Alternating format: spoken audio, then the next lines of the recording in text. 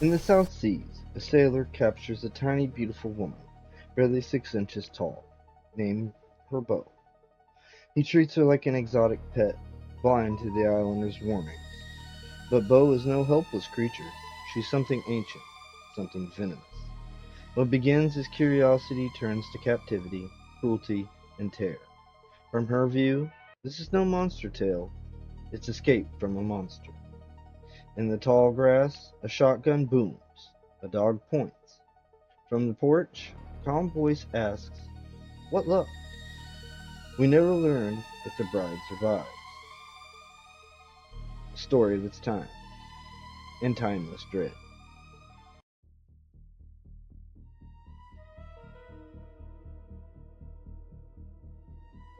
Good evening. Welcome to Tales That Terrify, episode 16. Tonight's story comes from the South Pacific. A grass island, nothing but grass, the natives say, except for one ancient fallen monolith, deep in the interior, that nobody goes near because of what happened to the last person who did. A woman, found dead, all black and swollen. Bite marks on her ankle, not snake bites, the marks of a very small child. The natives won't go back there in the grass. The cable agent dismissed this as island superstition. He went in anyway. He found something. Gouverneur Morris wrote this story sometime in the first half of the 20th century. It was collected by Alfred Hitchcock for his 1961 anthology, Stories for Late at Night. It is a creature story on the surface. Underneath, it is something else. A story about what happens when a thinking, feeling being is treated as a curiosity, handled like a pet, and discarded when inconvenient. The creature in the story takes exactly one action of its own choosing. Make of that what you will. This is Tales That Terrified. I'm Felix Lebeski, and this story is called Back There in the Grass.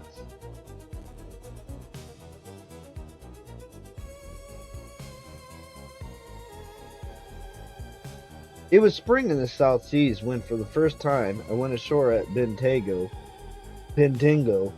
which is the Polynesian village, and the only one on the big grass island of the same name. There's a cable station just up the beach from the village, and a good-natured young chap named Graves had charge of it. He was an upstanding, clean-cut fellow, as the fact that he had been among the islands for 3 years without falling into any of their ways proved. The interior of the corrugated iron house in which he lived, for instance, was bachelor from A to Z. If that wasn't a sufficient alibi, my pointer dog, Dawn, who dislikes anything Polynesian or Melanesian, took to him at once, and they established a romping friendship. He gave us lunch on the porch, and because he had not seen a white man for 2 months or a liver and white dog for years, he told us the entire story of his young life, with reminiscence of early childhood and plans for the future thrown in. The future was very simple. There was a girl coming out to him from the States by the next steamer but one. The captain of that steamer would join them together in holy wedlock, and after that the Lord would provide. "My dear fellow," he said, "you think I'm asking you to share a very lonely sort of life, but if you could imagine all of the affection and gentleness and thoughtfulness that I've got stored up to pour out at her feet for the rest of our lives, you wouldn't be a bit afraid for her happiness. The man spends his whole time in imagination thinking up ways to make a girl happy and occupied. He can think up a whole lot. I'd ever like so much to show her to you." He led the way to his bedroom and stood in silent rapture before a large photograph that leaned against the wall over his dressing table. She didn't look to me like the sort of girl a cable agent would happen to marry. She looked like a swell girl, real thin, beautiful and simple and unaffected. "Yes," he said, "isn't she?" I hadn't spoken a word. "Now," I said, "it's easy to see why you aren't lonely with that wonderful girl to look at. Is she really coming out by the next steamer but one?" hard to believe because she's so much too good to be true. Yes, he said. Isn't she? The usual cable agent, I said, keeps from going mad by having a dog or a cat or some pet or other to talk to. But I can understand a photograph like this being all sufficient to any man, even if he had never seen the original. Allow me to shake hands with you. Then I got away from the girl because my time was short and I wanted to find out about some things that were important to me. You haven't asked me my business in these parts, I said, but I'll tell you. I'm collecting grasses for the Bronx Botanical Garden. Then, by Jove, said Graves, you have certainly come to the right place. There used to be a tree on this island, but the last man who saw it died in 1789. Grass. The place is all grass. There are 50 kinds right around my house here. I noticed only 18, I said, but that isn't the point. The point is, when do the Bentingo Island grasses begin to go to seed? And I smiled. You think you got me stumped, don't you? I said. That's a mere cable agent wouldn't notice such things. Well, that grass there, he pointed, beech nut we call it, is the first to ripen seed, and as far as I know, it does it just 6 weeks from now. Are you just making things up to impress me? No, sir, I am not. I know to the minute. You see, I'm a victim of hay fever. In that case, I said, expect me back by about the time your nose begins to run. Really? And his whole face lighted up. I'm delighted. Only 6 weeks. Why, then, if you'll stay around for only 5 or 6 weeks more, you'll be here for the wedding. I'll make it if I possibly can, I said. I want to see if that girl's really true. Anything I can do to help you while you're gone? I got loads of spare time. You knew anything about grasses? I don't, but I'll blow back into the interior and look around. Been meaning to ride along just for fun, but I can never get any of them to go with me. The natives? Yes, poor lot. They're committed to race suicide as fast as they can. There are more wooden gods than people in Bentingo village, and the superstition's so thick you can cut it with a knife. All the manly virtues have perished, slowly. The boy who did Graves' chores for him came lazily out of the house. Aloy, said Graves, just run back into the island to get to the top of that hill, see? That one over there, and fetch a handful of grass for this gentleman. He'll do you $5 for it. Louis grinned sheepishly and shook his head. $50? Louis shook his head with even more firmness, and I whistled. $50 would have made him the Rockefeller Carnegie Morgan of those parts. All right, coward, said Graves cheerfully. Run away and play with the other children. Now, isn't that curious? Neither love, money, nor insult will drag one of them a mile from the beach. They say that if you go back there in the grass, something awful will happen to you. As what? I asked. The last man to try it, said Graves, in the memory of the oldest inhabitants, was a woman. When they found her, she was all black and swollen, at least that's what they say. Something had bitten her just above the ankle. Nonsense, I said. There are no snakes in the whole Bentingo group. They didn't say it was a snake, said Graves. They said it was the marks of the bite were those that would be made by the teeth of a very little child. Graves rose and stretched himself. What's the use of arguing with people that tell yarns like that? All the same, if you're bent on making expeditions back into the grass, you'll make them alone. Unless the cable breaks and I'm free to make them with you. 5 weeks later, I was once more coasting along the wavering hills of Bentingo Island, with a sharp eye out for a first sight of the cable station and Graves.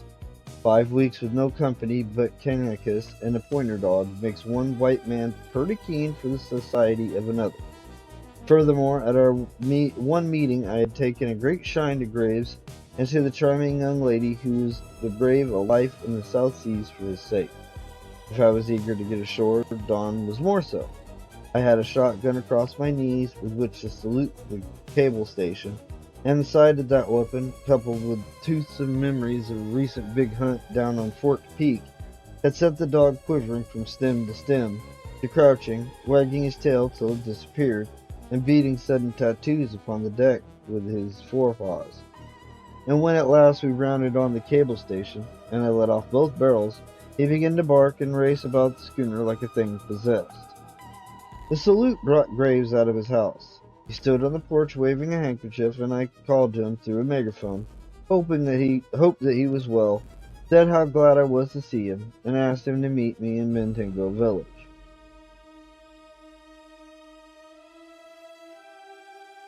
Even at that distance, I detected something irresolute in his manner, and a few minutes later, when he had fetched a hat out of the house, locked the door, and headed towards the village, he looked more like a soldier marching to battle than a man walking half a mile to greet a friend. "That's funny," said John. "He's coming to meet us in spite of the fact that he'd much rather not. Oh well." I left the schooner while she was still underway, and reached the beach before Graves came up. There were too many strange brown men to suit Don, and he kept very close to my legs. When Graves arrived, the natives fell away from him as if he'd been a leper. He wore a sort of sickly smile, and when he spoke, the dog stiffened his legs and growled menacingly. "Don!" I exclaimed sternly, and the dog cowered.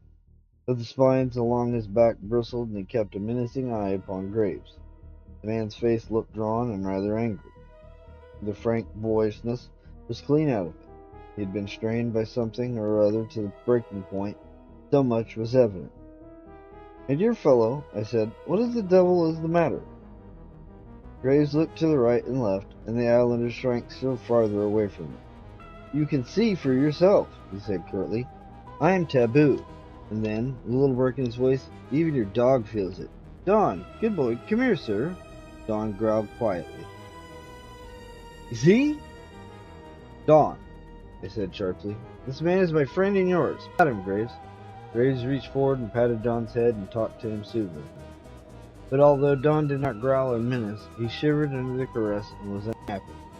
"So you're taboo," I said cheerfully. "That's the result of anything, from stringing pink and yellow cells in the same string to murdering your uncle's grandmother-in-law.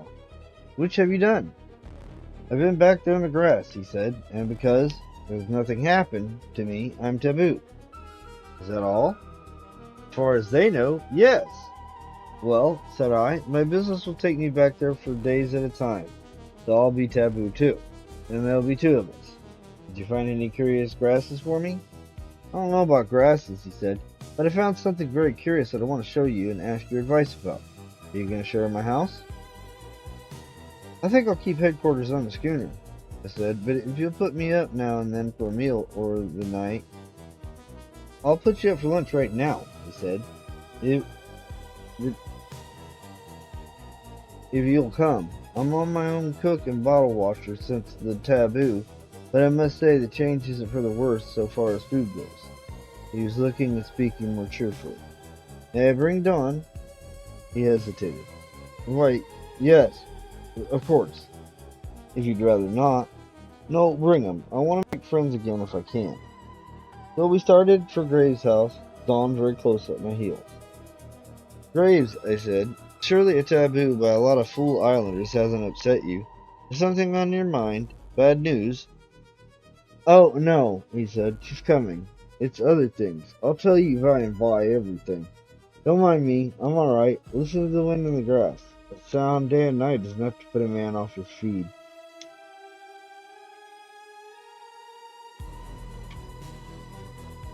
"You say you found something very curious back there in the grass." "I found, among other things, a stone monolith. Fallen down, but it's almost as big as the Empire State Building in New York. It's ancient as days, all carved. It's a sort of woman, I think, but we'll go back one day and have a look at it. Then, of course, I saw all the different kind of grasses in the world. They'd interest you more, but I'm such a punk botanist that I gave up trying to tell them apart. I like the flowers best. There's millions of them down among the grass. I tell you, old man, this island is the greatest curiosity shop in the whole world." He unlocked the door of his house and stood aside for me to go in first. "Shut up, Don!"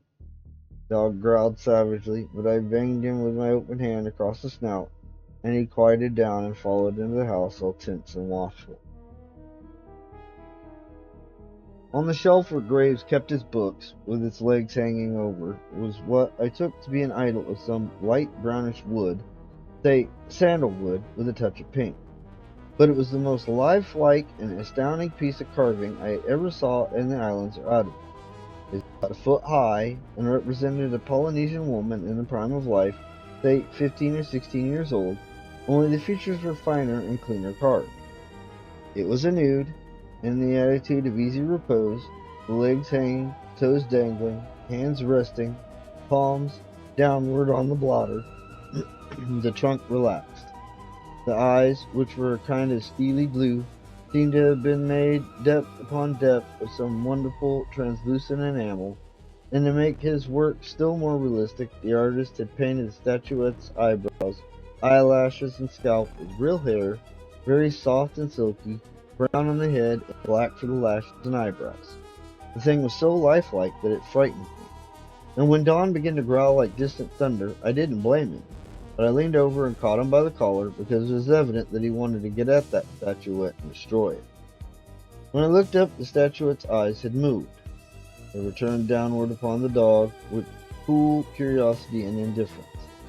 A kind of shudder went through me, and then, lo and behold, the statuette's tiny brown breast rose and fell slowly, and a long breath came out of its nostril.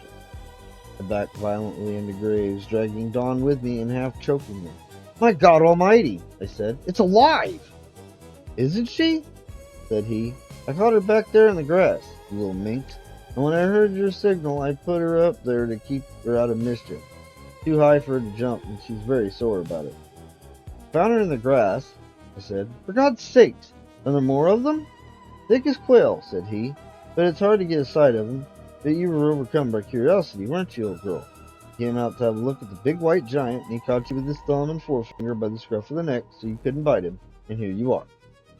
The womankin's lips parted, and I saw a flash of white teeth. She looked up into Gray's face, and the steely eyes softened. It was evident that she was very fond of him.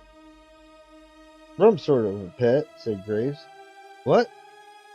"Rum," I said. "It's horrible. It isn't decent. It ought to be taboo. Don's got it sized up right. He wants to kill it." "Please don't call her an it," said Graves. "She wouldn't like it, if she understood." Then he whispered words that were Greek to me, and the womankin laughed aloud.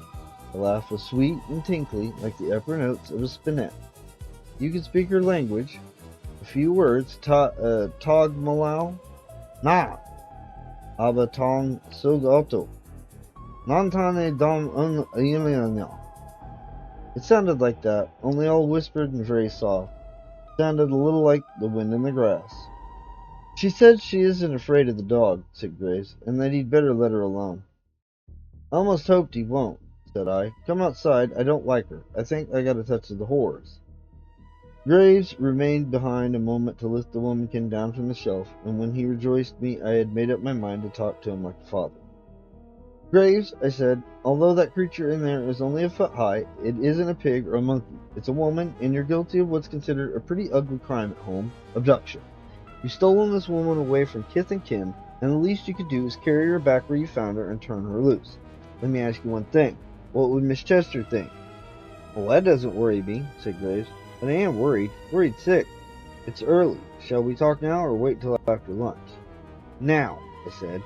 "Well," said he, "you left me pretty well enthused on the subject of botany, so I went back there twice to look up grasses for you. Second time I went, I got to that deep sort of valley where the grass is waist high. That, by the way, is where the big monolith is, and that place was alive with things that were frightened and ran. I could see the directions they took by the way the grass tops acted. There were a lot of loose stones about, and I began to throw them to see if I could knock one of the things over. Suddenly, all at once, I saw a pair of bright little eyes peering out of a bunch of grass. I let fly at them, and something gave a sort of moan and thrashed about in the grass, and then lay still. I went to look and found that I'd stunned her. She came to and tried to bite me, but I had her by the scruff of the neck, and she couldn't. Further, she was sick with being hit in the chest with a stone, and further thing I knew, she keeled over in the palm of my hand in a dead faint. I couldn't find any water or anything, and I didn't want her to die, so I brought her home. She was sick for a week, and I took care of her, as I would a sick pup, and she began to get well, and wanted to play and romp and poke into everything. She'd get the lower drawer of my desk open and hide in it, or crawl in her rubber boot and play house. And she got to be the right good company, same as any pet does, a cat or a dog or monkey. And naturally, she being so small, I couldn't think of her as anything but a sort of little beast that I'd caught and tamed. You see how it all happened, don't you? Might have happened to anybody. "Why, yes," I said, "if she didn't give a man the horrors right at the start, I can understand making a sort of pet of her. But, man, there's only one thing to do. Be persuaded. Take her back where you found her and turn her loose. Well and good, said Graves. I tried that, and next morning I found her at my door, sobbing. Horrible, dry sobs, no tears. She said one thing that's full of sense. She isn't a pig or a monkey, she's a woman. You don't mean to say, said I, that a mite of a thing is in love with you? I don't know what else you'd call it. Graves, I said, Miss Chester arrives by the next steamer. In the meanwhile, something has got to be done. What? Said he hopelessly. I don't know. Let me think. The dog Don laid his head heavily on my knee as if he wished to offer a solution of the difficulty.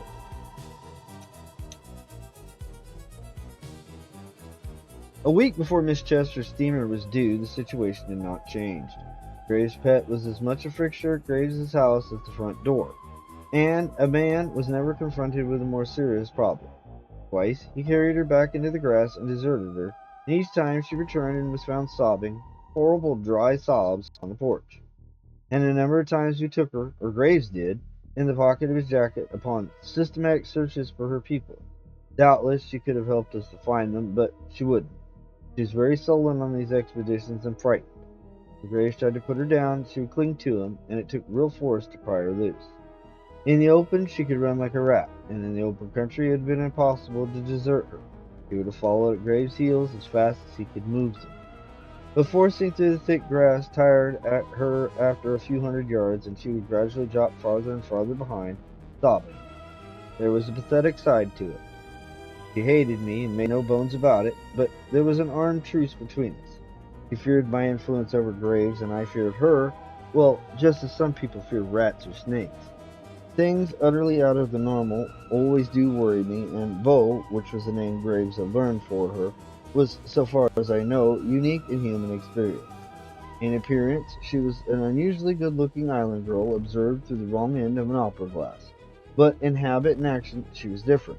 She would catch flies and little grasshoppers and eat them all alive and kicking, and if you teased her more than she liked, her ears would flatten the way cats do, and she would hiss like a snapping turtle and show her teeth. But one got accustomed to her.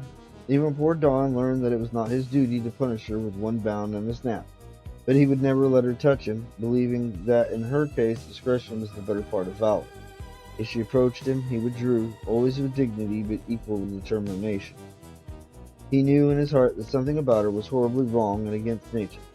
I knew it too, and I think Graves began to suspect it. Well, a day came when Graves, who had been up since dawn, saw the smoke of the steamer along the horizon, and began to fire off his revolver so that I too might wake and participate in his joy. I made tea and went ashore. It's your steamer, he said. Yes, said I, and we've got to decide something. About Beau? Suppose I take her off your hands for a week or so, till you and Miss Chester settle down and put your house in order. Then Miss Chester, Mrs. Graves, that is, can decide what is to be done. I admit that I'd rather wash my hands of the business, but I'm the only white man available, and I propose to stand by my race. Don't say a word to Beau, just bring her out to the schooner and leave her. In the upshot, Graves accepted my offer, and while Beau, fairly bristling with excitement and curiosity, was exploring the further corners of my cabin, we slipped out and locked the door on her. The minute she knew what had happened, she began to tear around and raise Cain. It sounded like a little cat having a fit. Graves was white and unhappy. Let's get away quick, he said. I feel like a skunk. But Miss Chester was everything that her photograph said about her, and more too, so that the trick he had played Beau was very soon a negligible weight on Graves' mind. If the wedding was quick and businesslike, it was also jolly and romantic. The oldest passenger gave the bride away. All the crew came aft and sang the Voice de Brito, their earliest wedding day, to the tune called Blair Gowaru. They had worked it up in secret for a surprise, and the bride's dove-brown eyes got a little teary. I was best man. The captain read the service and choked occasionally. As for Graves, I had never thought him handsome. Well, with his brown face and white linen suit, he made me think, and I'm sure I don't know why, of St. Michael, that time he overcame Lucifer. The captain blew us to breakfast, with champagne and a cake, and then happy pair went ashore in a boat full of brides Toussaint, and the crew manned the bulwarks and gave 3 cheers, and then something like 27 more, and last thing of all, the brass cannon was fired, and the little square flags that spelled Goodluck were run up on the signal halyards. As for me, I went back to my schooner feeling blue and lonely. I knew little about women and less about love. It didn't seem quite fair. For once, I hated my profession, seed gatherer to a body of scientific gentlemen whom I'd never seen. Well, there's nothing so good for the blues as putting things in order. I cleaned my rifle and revolver. I wrote up my notebook. I developed some plates. I studied a brand new book on South Sea grasses that had been sent out to me. I found some mistakes. I went ashore with Dawn and had a long walk on the beach, in the opposite direction from Graves' house, of course. And I sent Dawn into the water after sticks, and he seemed to enjoy it, so I stripped and went in with him. Then I dried in the sun, and I had a match with my hands to see which could find the tiniest shell. Toward dusk, we returned to the schooner and had dinner, and after that I went into my cabin to see how Bo was getting on. She flew at me like a cat, and if I hadn't jerked my foot back, she would have bitten me. As it was, her teeth tore a piece out of my trousers. I'm afraid I kicked her. Anyway, I heard her land with a crash in a far corner. I struck a match and lighted candles. They're cooler than lamps, very warily, one eye on both. She had retreated under a chair and looked out, very sullen and angry. I sat down and began to talk to her. No use, I said. You're going to bite and scratch, because you're only as big as a minute. So come out here and make friends. I don't like you, and you don't like me, but we're going to be thrown together for quite some time, so we'd better make the best of it. Come out here and behave pretty, and I'll give you a bit of ginger snap. The last word was intelligible to her, and she came a little way out from under the chair. Had a bit of ginger snap in my pocket, left over from treating Dawn, and I tossed it on the floor midway between us. She darted forward, ate it with quick bites. Well, then she looked up, and her eyes asked, just as plain as day, "What are things thus? Why have I come to live with you? I don't like you. I want to go back to Graves." I couldn't explain very well, and just shook my head, and then went on trying to make friends. It was no use. She hated me, and after a time I got bored. I threw a pillow on the floor for her to sleep on, and I left her. Well, the minute the door was shut and locked, she began to sob. You could hear her for quite a distance, and I couldn't stand it. So I went back and talked to her as nicely and soothingly as I could, but she wouldn't even look at me. Just lay face down, heaving and sobbing. Now, I don't like little creatures to snap, so when I picked her up, it was by the scruff of the neck. She had to face me then, and I saw that in spite of all the sobbing, her eyes were perfectly dry. It struck me as curious. I examined them through a pocket magnifying glass and discovered they had no tear ducts. Of course she couldn't cry. Perhaps I squeezed the back of her neck harder than I meant to. Anyway, her lips began to draw back and her teeth to show. It was exactly at that second that I recalled the legend Graves had told me about the island woman being found dead, and all black and swollen, back there in the grass, with teeth marks on her that looked as if they'd been made by a very little child. I forced Bo's mouth wide open and looked in. Then I reached for a candle and held it steadily between her face and mine. She struggled furiously so that I had to put down the candle and keep her legs together in my free hand. But I'd seen enough. I felt wet and cold all over. For if the swollen glands at the base of the deeply grooved canines meant anything, that which I held between my hands was not a woman, but a snake. I put her in a wooden box that contained soap and nailed slats over the top. Personally, I was quite willing to put scrap iron in the box with her and fling it overboard, but I didn't quite feel justified without consulting Graves. As an extra precaution in case of accidents, I overhauled my medicine chest and made up a little package for the breast pocket. A lancet, a rubber bandage, and a little box full of permanganate crystals. I had still much collecting to do, back there in the grass, and I did not propose to step on any of Bo's cousins or her sisters or her aunts without having some of the elementary first aids to the snake-bitten handy. It was a lovely starry night, and I determined to sleep on deck. Before turning in, I went to have a look at Bo. Having nailed her in the box securely, as I thought, I must have left my cabin door ajar. Anyhow, she was gone. She must have braced her back against one side of the box, her feet against the other, and burst it open. I had most certainly underestimated her strength and resources. The crew, warned of peril, searched the whole schooner over, slowly and methodically, lighted by lanterns. We could not find her. Well, swimming comes natural to snakes. I went ashore as quickly as I could, get a boat manned and rowed. I took Dawn a leash, a shotgun loaded in both pockets of my jacket full of cartridges. I ran swiftly along the beach, Dawn and I, and then turned into the grass to make a short cut for Graves' house. All of a sudden, Dawn began to tremble with eagerness and muzzle and sniff among the roots of the grass. He was making game. Good, Dawn. Good boy. Hunt her up. Find her. The moon had risen. I saw two figures standing in the porch of Graves' house. I was about to call to them and warn Graves that Bo was loose and dangerous when a scream, shrill and frightful, rang in my ears. I saw Graves turn to his bride and catch her in his arms. When I came up, she had collected her senses and was behaving splendidly. While Graves fetched the lantern and watered, she sat down on the porch, her back against the house, and undid her garter so that I could pull the stocking off her bitten foot. Her instep, into which Bo's venomous teeth had sunk, was already swollen and discolored. I slashed the teeth marks this way and that with my lancet, and Miss Graves kept saying, all right, don't mind me, do what's best." Dawn's leash had wedged between two of the porch planks, and all the time we were working over Miss Graves, he whined and struggled to get loose.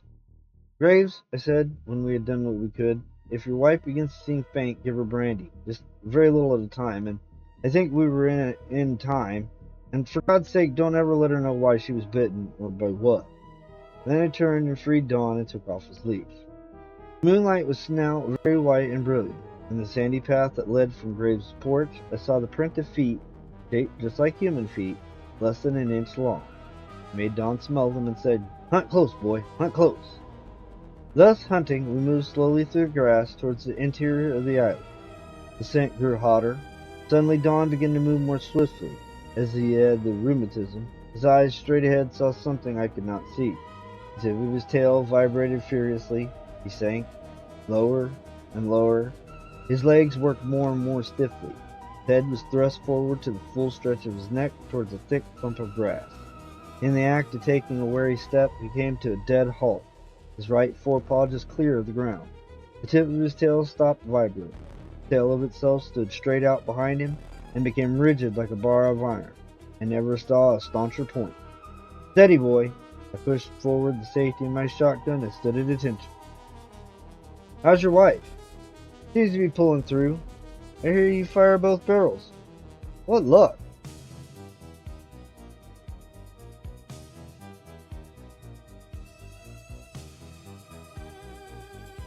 "Both barrels. Doggone point." Graves on the porch asking what luck. Morse doesn't tell you. The story ends there. In the grass, a question that the grass isn't going to answer.